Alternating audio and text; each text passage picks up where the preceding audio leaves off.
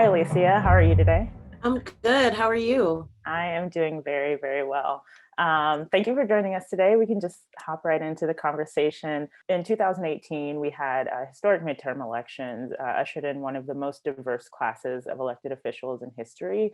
That included Lauren Underwood, who was the youngest Black woman elected to Congress, Alexandria Ocasio-Cortez, and Ayanna Pressley, who both knocked off longtime incumbents who were white men who didn't necessarily fit the demographic of their districts anymore. And we also elected the first two Native American women to serve in Congress, Deb Haaland and Sharice Davis, who also is an openly gay member of Congress. So then shift to 2020, diverse voters showed up, particularly Black voters in Milwaukee, Detroit, Philadelphia, Native American and Hispanic voters in Arizona, and a multiracial coalition in Atlanta were all instrumental in the 2020 election. So how do we make sure that these same communities who continue to show up, continue on and build on the progress that we've made and grow their own power and influence within our political system? hmm I'm so glad you brought this up because I think with all the chaos that ensues on a daily basis in our political system, I Mhm. think sometimes we forget, right? All the ways in which we have accomplished working hard to change the political landscape, but bigger than that, working hard to change the balance of power in the halls that decisions are being made.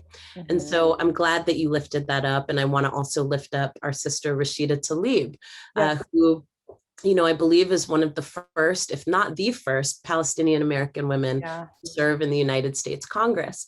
Uh, Look, I feel I'm of two minds about this. Number one, I think the way to make sure that we keep this momentum going is to ensure that we're not just engaging people during election cycles. Right. It seems like the most basic thing to say, but you'd be surprised how often people make this mistake. We do the Chicken Little thing all the time, right? Where we get 8 or 12 weeks before an election, and then we all run around like chickens with our heads cut off and say, the sky is falling, the sky is falling. You've got to do something right now.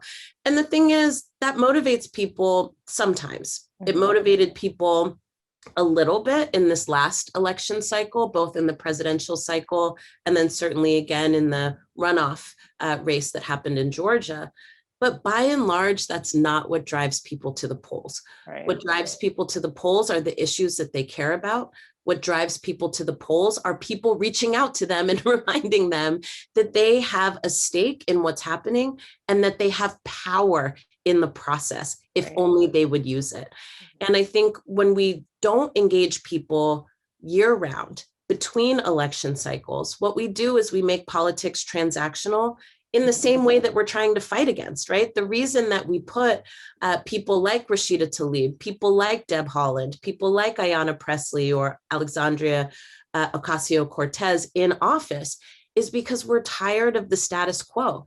We're tired of having lawmakers be in power, but really power for themselves and not building power for the communities that they're supposed to represent. So we have to also reflect that in our political engagement process. And that means engaging people year round. It means making sure that our communities feel like there's actually something that we get out of voting, that we get out of participating. So that's a big issue. The other thing that I think is really important is also not overstating our case. And I feel like sometimes we do this thing, and I know this was true under the Obama administration, and it certainly continues to be true when we elect the first, right? Then we kind of wash our hands of it and say, okay, well, we put a person of color in office, we put a woman in office, we put an Indigenous person in office. But the thing is, that's not enough.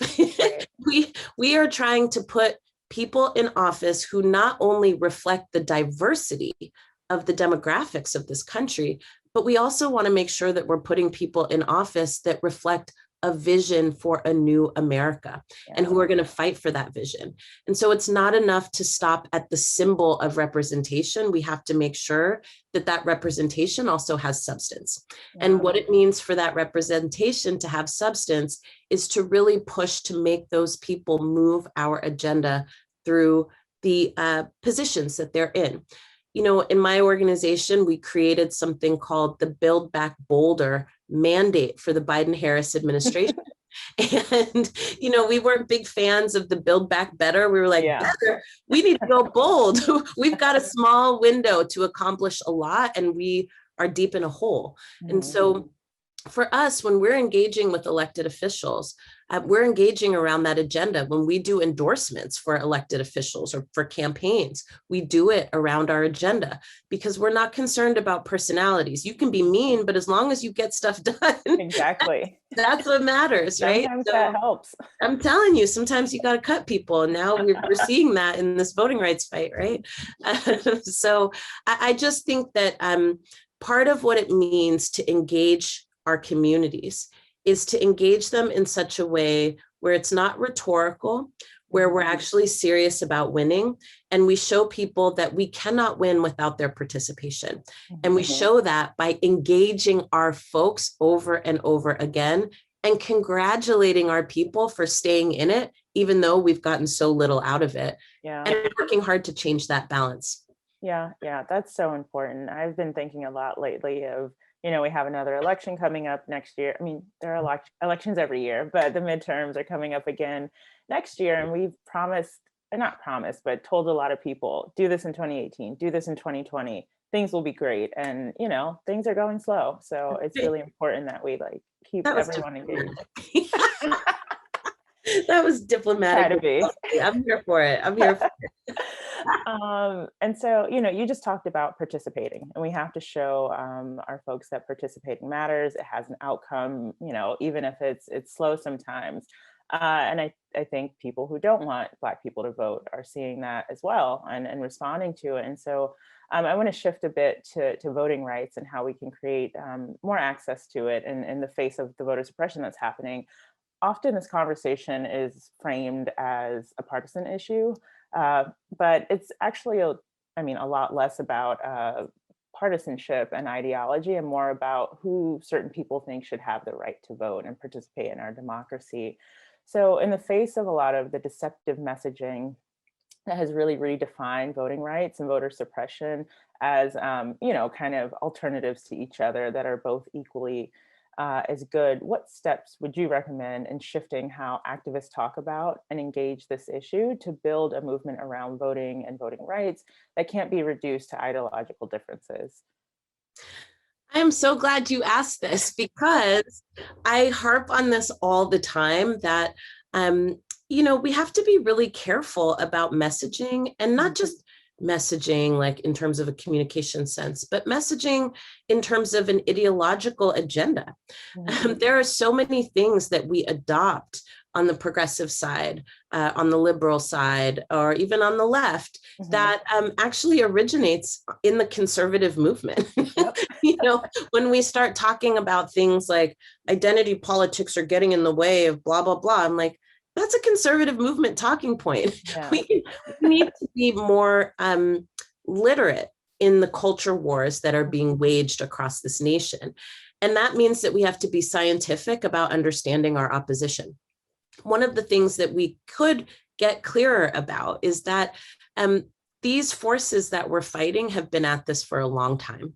And lucky for us, they haven't changed up their playbook. They do the same thing over and over again, and we're just slow to catch it. Every single time we make advances in civil rights and human rights and gender justice and voting rights, anything that matters, right, to keeping this country the place that it promises to be, there is a backlash. And that backlash always starts with culture. It starts with kind of attacking the ideas behind the new rules that we've put in place. And voting rights is no exception. You're 100% right that voting rights is not a bipartisan issue, or sorry, it's not a partisan issue. Let me say that again. Voting rights is not a partisan issue. It's not about Democrats or Republicans. It's literally supposed to be at the foundation of what this country is about. It's supposed to be at the foundation of democracy, and everyone and anyone, regardless of your ideology, regardless of your political party, is supposed to be able to have a say in the decisions that are being made about them. But what is partisan, absolutely, as you said, is the ethos around who gets to participate and who doesn't. And I will tell you that our opposition is very, very smart about who they don't want to participate. Yeah. They don't want the new American majority to be the majority. And the new American majority is now Black and brown and queer and women, right? It's like all the people who were left out of the project in the first place. Well, Exactly. Now we have a demographic majority, and our opposition sees that. And they see that when they bring regressive policies and regressive lawmakers to the ballot box, that they lose every single time. And so that is why, right, they want to restrict our participation. But I think we need to be able to say, a fair fight is a fair fight. And either you know how to fight or you don't. You can cheat or you can actually play the game. And I think voting rights is really about trying to block people from cheating at the game. Yeah. So, the Constitution doesn't say anything about making sure that Republicans keep a majority. The Constitution says, right, that we are trying to prevent a tyranny of the majority, which essentially means that you are trying to prevent keeping people from weighing in on the decisions that impact them. And that was the white people's rules. Okay. Right. So you can't keep changing the goalposts. Either you believe in it or you don't. Exactly. And I think for us, we have to be really mindful that not to get pulled into this sinkhole of Democrats or Republicans and, this language, right, that really obscures what the core issue is. And in order for us to do that, we've got to, again, get literate at how our opposition operates, how they've been operating for the past 40 years. We also have to be able to be critical thinkers and not get swept up in the conversations that media creates. I would say that as activists, as organizers, as people who want to make change, we always have to be paying attention to how to make it make sense for our people. And one way to make it make sense is there are people trying to keep you from being able to exercise your right. So that's where I think we have to go here. Yeah, absolutely. You've mentioned a couple times getting literate and what the opposition is doing so that we can fight these battles. And so my last question for you today is, kind of a bit about your book, and maybe you can share some lessons from it. But in your book, The Purpose of Power, How We Come Together When We Fall Apart, you share lessons for future activists. And so, as you know, we have a tremendous cadre of young adult leaders who are at the forefront of fighting for voting rights, who are tuned in and joining us today. So what are some of the core lessons that you would share with them as they take on one of the greatest civil rights of our time? Well, the first thing I want to say is thank you. I know that for so many people, when they talk about young people, they talk about young people as the future. And I'm like, no, young people are the right now. And I still feel like I'm young, but maybe I'm getting closer to mid-G status, young G status. So, for the folks who are under 40, I want to say thank you for leading. And thank you for leading in the now. I'm not waiting for you to take it over at some point. I'm ready to follow. So let's go. So here's my advice. The biggest thing that I want to share with you right now is it could be really easy to fall into despair. Things are pretty wild right now, and it doesn't always feel good. One of the things I love to communicate to people is that movement building and movement work is mostly hard work. Sometimes it's rewarding, sometimes it's lovely, but a lot of the time it aches. There are aches and pains and groans and all the things, but don't let that discourage you. Just know that it's a part of the process, that all change is uncomfortable and things are changing all the time. And I think our biggest task is to figure out how to be resilient in the face of change, how to be resilient in the face of crisis. I don't know about y'all, but I plan to be the last one standing. So when there are hard things that happen, I just want to make sure it doesn't take me out, because I really want to be here to see the fruits of my labor. And I know that you all do too. So one thing I would say is don't get sucked into despair. Keep investing in your vision for how you think things can be different. And every time you start to feel not hopeful, just go back to that tool that you have in your toolbox, which is to reimagine where and who we could be right now and keep fighting for that. And then the last thing I would offer for people who are like, I'm not even really sure where to start, is just start. Figure out what it is that you care about, find other people who care about the same things that you do, and then join them, and then bring other people with you. You know, there's a lot of impetus right now because of this hashtag phenomenon. People think you can start movements from hashtags. And so everybody wants to start their own hashtag so they can start their own movement. And I'm like, yo, we got a lot of movements and we need more hands. So don't feel like you have to start a new thing.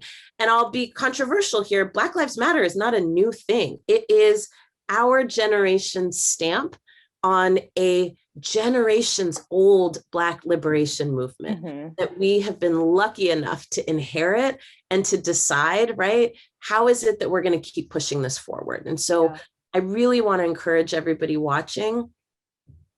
It's always great to lend your support to something that is in motion.